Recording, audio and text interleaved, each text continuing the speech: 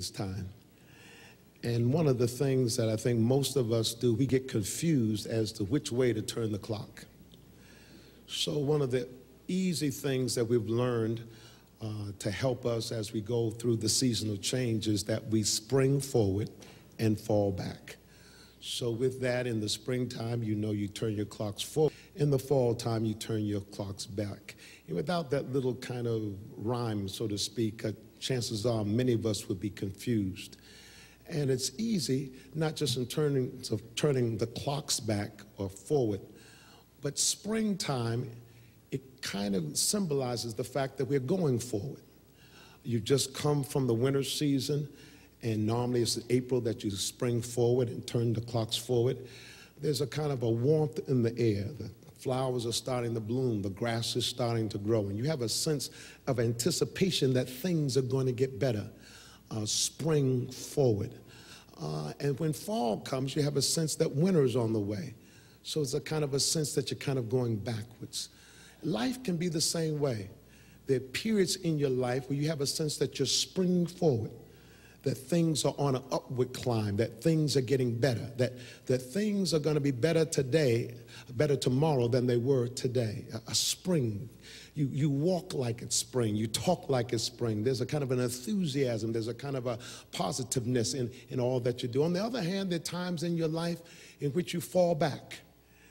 You hear people say, I fell back into sin. I fell back into old habits.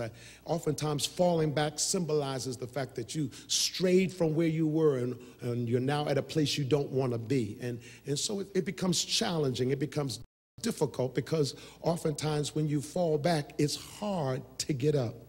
The Israelites, as we've gone through this series, and now in chapter number 9, they're in a season of springing forward. They have just conquered Jericho, and things are now such that they've entered into a promised land, a place that they never thought they'd ever be. Has anyone ever gotten to a place you never thought you would ever be? You're in school, a place you never thought you would be. You have a job you never thought you would have. You've been places you've never thought you would go. You've experienced things you thought you'd never experience. You have money that you never thought you'd have. You living in a house, driving a car.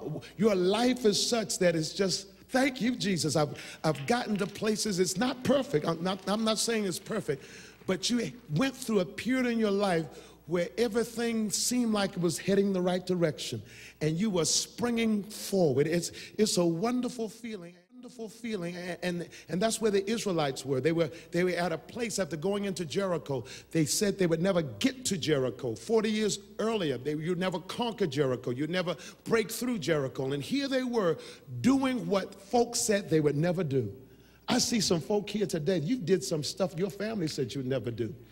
You did some folk, ex-husband, ex-wife said you'd never do. You did some folk that the doctors said you'd never do. You've been able to achieve some things that if you had listened to the naysayers, you would never have done it.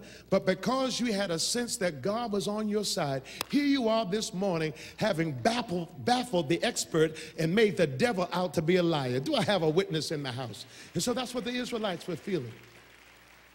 And when you have this kind of sense of confidence, it's easy.